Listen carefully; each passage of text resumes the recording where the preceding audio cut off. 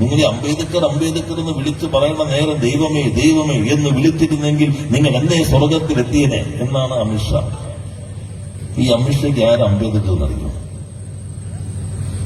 അംബേദ്കർ ഇന്ത്യയുടെ സ്വാതന്ത്ര്യ സമര പോരാട്ടത്തിന്റെ ഏറ്റവും തിളക്കമേറിയ പേരുകളിലൊന്നാണ്.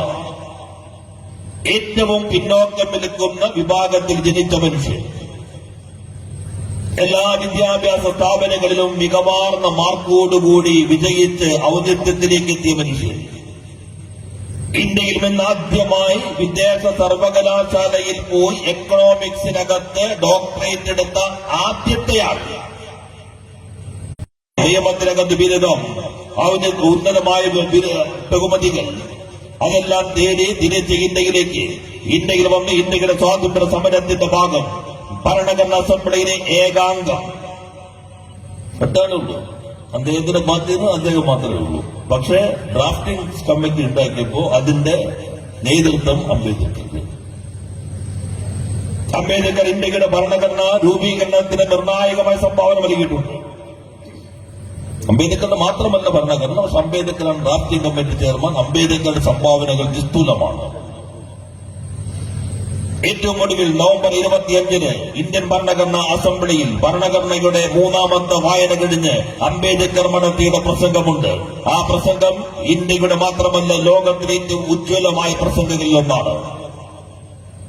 അതിലാണ് അംബേദ്കർ പറഞ്ഞത്, ഇന്നു മുതൽ നമ്മൾ ഒരു പുതിയ ഘട്ടത്തിലേക്ക് പ്രവേശിക്കുന്നു. രാഷ്ട്രീയത്തിൽ തുല്യത, ഒരാൾക്ക് ഒരു വോട്ട്. എന്നാൽ സമ്പദ്ഘടനയിൽ തുല്യതയില്ലായ്മ, അസമത്വം തുറന്നുകൊണ്ടേയിരിക്കുന്നു. എത്ര കാലം ഇങ്ങനെ തുടരാൻ കഴിയും? ലഭ്യമാകുന്ന ഏറ്റവും ആദ്യത്തെ സന്ദർഭത്തിൽ ഈ സാമ്പത്തിക അസമത്വം അവസാനിപ്പിക്കാൻ കഴിഞ്ഞില്ല എങ്കിൽ ഏതൊന്നിന്റെ അടിത്തറയിലാണോ ഈ ഭരണഘടനാ അസംബ്ലി കെട്ടിപ്പിടുത്തിട്ടുള്ളത് അതിനെ ഇരമ്പിയാർക്കുന്ന ജനങ്ങളുടെ പോരാട്ടങ്ങളാൽ ഇല്ലാതാക്കി കളയും. അന്ന് മതിക്ക് മുന്നറിയിപ്പ്. ഒരു കാര്യം കൂടി അംബേദ്കർ പറഞ്ഞു, മതത്തിന്റെ പേരിൽ പുതിയ പാർട്ടികൾ വരുന്നു. വിശ്വാസം, രാഷ്ട്രം ഏതാണ് ആദ്യം വരുന്നത്? വിശ്വാസം രാഷ്ട്രത്തിന് മുകളിലാണോ? എന്നാൽ അങ്ങേയറ്റം അപകടത്തിലേക്ക് പോകും. രാഷ്ട്രം നിങ്ങളുടെ വിശ്വാസത്തിന് മുകളിലാണോ എങ്കിൽ രാജ്യം മുന്നോട്ട് പോകും. എപ്പോഴാണോ വിശ്വാസം രാഷ്ട്രത്തിന് മുകളിൽ വരുന്നത് അങ്ങേയറ്റം അപകടത്തിലേക്ക് പോകും. നമ്മൾ നേടിയെടുത്ത സ്വാതന്ത്ര്യം തന്നെ ഇല്ലാതാകും. ഇതാണ് അംബേദ്കർ നവംബർ 25 നൽകിയ മുന്നറിയിപ്പുകളിലൊന്ന്. ഇപ്പത് പതുക്കെ യാഥാർത്ഥ്യത്തിലേക്ക് എത്തുകയാണ്, അല്ലെങ്കിൽ എത്തിക്കാൻ ശ്രമിക്കുകയാണ്. വിശ്വാസം മുകളിൽ. ഇപ്പൊ പറഞ്ഞില്ലേ, ഒരു ജഡ്ജി പറഞ്ഞില്ലേ, ഹിന്ദുസ്ഥാൻ എന്ന് പറഞ്ഞാൽ ഭൂരിപക്ഷത്തിന്റെ ആധിപത്യമുള്ളതാണ്. ഭൂരിപക്ഷത്തിന് അംഗീകരിക്കണം, അതാണ് ജനാധിപത്യം. ഒന്ന് ഹിന്ദുസ്ഥാൻ ഇല്ല ഇന്ത്യയിൽ. ഇപ്പൊ പ്രധാനമന്ത്രി പ്രസംഗിക്കുമ്പോൾ ഹിന്ദുസ്ഥാൻ ഇല്ല, ഇത് ഇന്ത്യ. ഭരണഘടനാ അസംബ്ലിക്കകത്ത് ചർച്ച വന്നു, ഇത് ഹിന്ദുസ്ഥാൻ. പലരും വാദിച്ചു ഹിന്ദുസ്ഥാൻ. ചിലര് പറഞ്ഞു അഖണ്ഡ ഭാരതം, ചിലര് പറഞ്ഞു ഭാരതഖണ്ഡം, ചിലര് പറഞ്ഞു ഭാരതവർഷം. പുരാണ ഐതിഹ്യം ഉദ്ധരണികൾ എടുത്തുകൊണ്ട്, ചരിത്രത്തിൽ നിന്ന് ഉദ്ധരണികൾ എടുത്തുകൊണ്ട് ഭരണഘടനാ അസംബ്ലിയിൽ ഗോപുരത്തിന് ഔന്നത്യമുള്ള മഹാരഥന്മാർ വാദമുഖങ്ങളാകെ വരുത്തി. പക്ഷെ ഇന്ത്യയുടെ ഭരണഘടനാ അസംബ്ലി ഏകകണ്ഠമായി തീരുമാനിച്ചു, ഇത് ഹിന്ദുസ്ഥാൻ അല്ല, ഇന്ത്യ ദാറ്റ് ഈസ് ഭാരത്. അതാണ് article 1. India that is Bharat. Hindustan എന്ന് കാണില്ല ഭരണഘടനയിൽ. മറിച്ച് തിരിച്ച് നിങ്ങൾ നോക്കൂ, ഹിന്ദുസ്ഥാനില്ല, ഇന്ത്യ. അപ്പൊ ജഡ്ജി പറയാണ് ഹിന്ദുസ്ഥാൻ ഭൂരിപക്ഷത്തിന്റേതാണ്. അതല്ല ജനാധിപത്യം, അത് ഭൂരിപക്ഷ ഏകാധിപത്യമാണ്.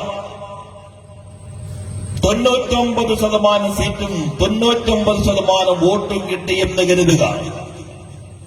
അവശേഷിക്കുന്ന 1% അവകാശങ്ങൾ നിങ്ങൾ കവർന്നെടുത്തോ, അത് ജനാധിപത്യമല്ല.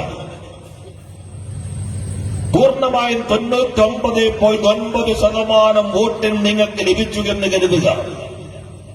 0.1% സംസാരിക്കാനുള്ള അവകാശം, 0.1% വിശ്വസിക്കാനുള്ള അവകാശം, 0.1% അവരവരുടെ ജീവിത രീതികൾക്കനുസരിച്ച് മുന്നോട്ട് പോകാൻ അവകാശം നിങ്ങൾ കവർന്നെടുത്താൽ അത് ഇല്ലാതാക്കിയാൽ അത് ജനാധിപത്യമല്ല. തെരഞ്ഞെടുപ്പുണ്ടാവും, അതൊരു ആഭരണം മാത്രമായിരിക്കും. തെരഞ്ഞെടുപ്പുണ്ടാകും, അതിനനുഷ്ഠാനം മാത്രമായിരിക്കും. അതല്ല ജനാധിപത്യം. ജനാധിപത്യം തെരഞ്ഞെടുപ്പിനകത്ത് മാത്രം പരിമിതപ്പെടുന്നതല്ല. നമുക്കൊരു പ്രതീതി ഉണ്ടാവും. വോട്ട് ചെയ്തല്ലോ, രാവിലെ തന്നെ പോയി 8 മണിക്ക് വോട്ട് ചെയ്തു, ജനാധിപത്യമാണ്. തിരിച്ചു വരുമ്പോ നിങ്ങൾ മതം ചോദിക്കുന്നവിടെ പറഞ്ഞില്ലേ, ഇന്ന പൗരത്വം, നിങ്ങൾ 2ാം തരം പൗരന്മാർ, വോട്ട് ചെയ്തു, സന്തോഷം, എല്ലാവർക്കും കിട്ടി. ജനാധിപത്യമാവില്ല. ജനാധിപത്യം ഇന്ത്യയുടെ ഭരണഘടനയ്ക്കകത്ത് ഉറപ്പു നൽകുന്ന അവകാശങ്ങളാൽ കൂടി സംരക്ഷിക്കപ്പെട്ടതാണ്. അപ്പോ അതുകൊണ്ടാണ് അംബേദ്കറുടെ ഓർമ്മ നിൽക്കുന്നത് അരോസ്വരമുണ്ടാക്കുന്നു. ഇപ്പൊ BJPക്ക് ഒറ്റയ്ക്ക് ഭൂരിപക്ഷം കിട്ടിയില്ല ഈ തെരഞ്ഞെടുപ്പിൽ. ഇന്ന് വെച്ച് BJP ആകെ പോയി എന്ന് ആരും കരുതേണ്ടതില്ല. ഒറ്റയ്ക്കല്ലെങ്കിലും അവരവരുടെ നിലപാടുകൾ മുന്നോട്ട് കൊണ്ടുപോകുന്ന പ്രത്യേകതരം പാർട്ടിയാണ്. ഇപ്പൊ കർണാടകയിൽ BJP തോറ്റല്ലോ, കോൺഗ്രസ് ജയിച്ചു. BJP തോറ്റെങ്കിലും ഞാൻ കഴിഞ്ഞ ദിവസം ഡൽഹി പോയപ്പോ കർണാടക ഇലക്ഷൻ റിപ്പോർട്ട് ചെയ്ത ചില സീനിയർ പത്രക്കാരെ കാണുകയുണ്ടായി. അപ്പൊ അവര് പറഞ്ഞു, നേരത്തെ കർണാടകയുടെ പ്രത്യേകത, ഇപ്പോ നമ്മളുടെ അതിർത്തി ചേർന്ന് കിടക്കുന്നതാണല്ലോ, മിക്കവാറും എല്ലാ വീട്ടിലും ടിപ്പു സുൽത്താന്റെ പടം ഉണ്ടായിരുന്നു. ഹിന്ദുവിന്റെ വീട്ടിലുണ്ടായിരുന്നു, ക്രിസ്ത്യാനിയുടെ വീട്ടിലുണ്ടായിരുന്നു, മുസ്ലിമിന്റെ വീട്ടിലുണ്ടായിരുന്നു. ഒരു ചരിത്ര പുരുഷനായിരുന്നു ടിപ്പു സുൽത്താൻ. പക്ഷേ BJPയുടെ രാഷ്ട്രീയമായിട്ടുള്ള കിടന്നുകയറ്റത്തോടൊപ്പം സാംസ്കാരികമായി നടത്തിയ ഇടപെടലുകളുടെ കൂടി ഭാഗമായി ടിപ്പു സുൽത്താൻ മുസ്ലിം മാത്രമായി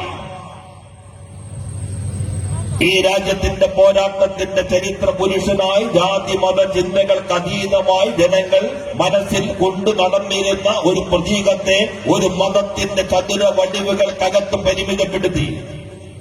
ടിപ്പു സുൽത്താൻ ഹിന്ദു വിരുദ്ധനായി, ടിപ്പു സുൽത്താൻ ക്രിസ്ത്യൻ വിരുദ്ധനായി, ടിപ്പു സുൽത്താൻ മുസ്ലിം മാത്രമായി. ചിത്രം മാറി.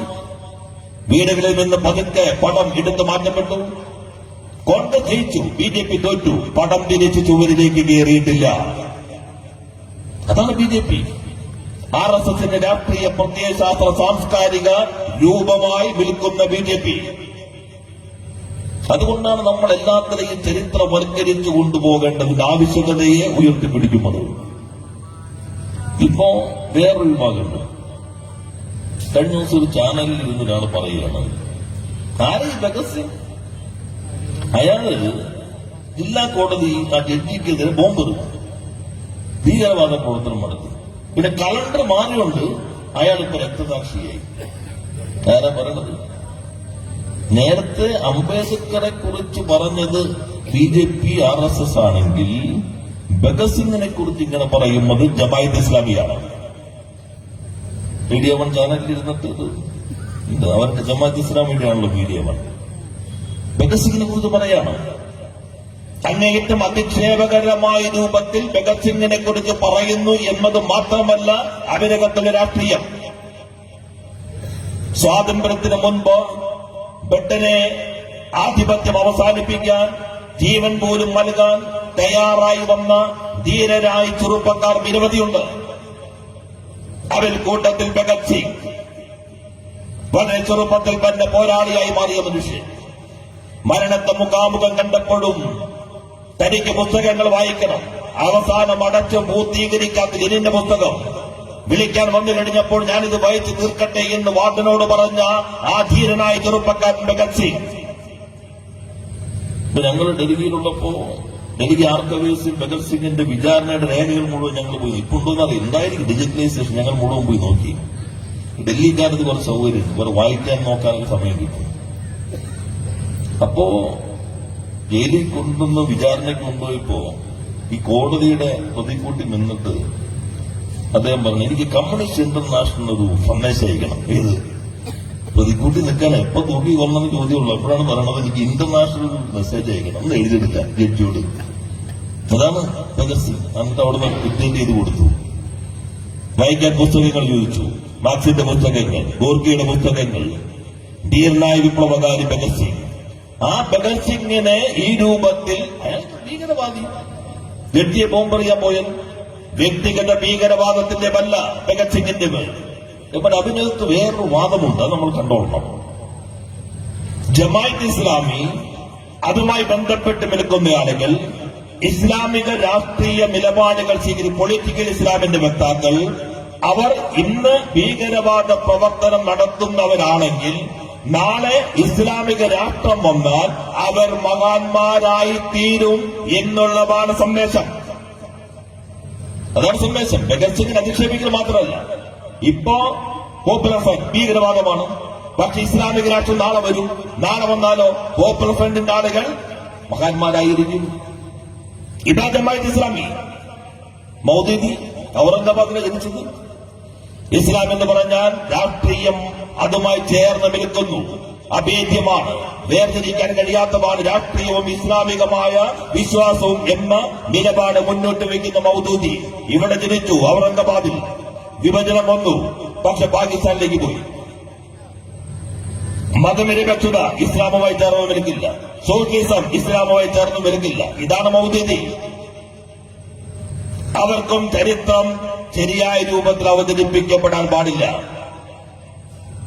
ഇപ്പുറത്ത് ഹിന്ദുത്വ ശക്തികൾ അവർക്കും ചരിത്രത്തെ വളച്ചൊടിക്കണം, ചരിത്രത്തെ തെറ്റായ രൂപത്തിൽ അവതരിപ്പിക്കണം. മറുവശത്ത് ഇസ്ലാമിക മൗലികവാദത്തിന്റെയും തീവ്രവാദത്തിന്റെയും നിലപാട് സ്വീകരിക്കുന്ന സംഘടനകൾ അവർക്കും ചരിത്രത്തെ മറച്ചുപിക്കണം. ഇത് വളരെ ഗൗരവത്തോടുകൂടി നമ്മൾ കാണേണ്ട ഒരു ഭാഗമാണ്.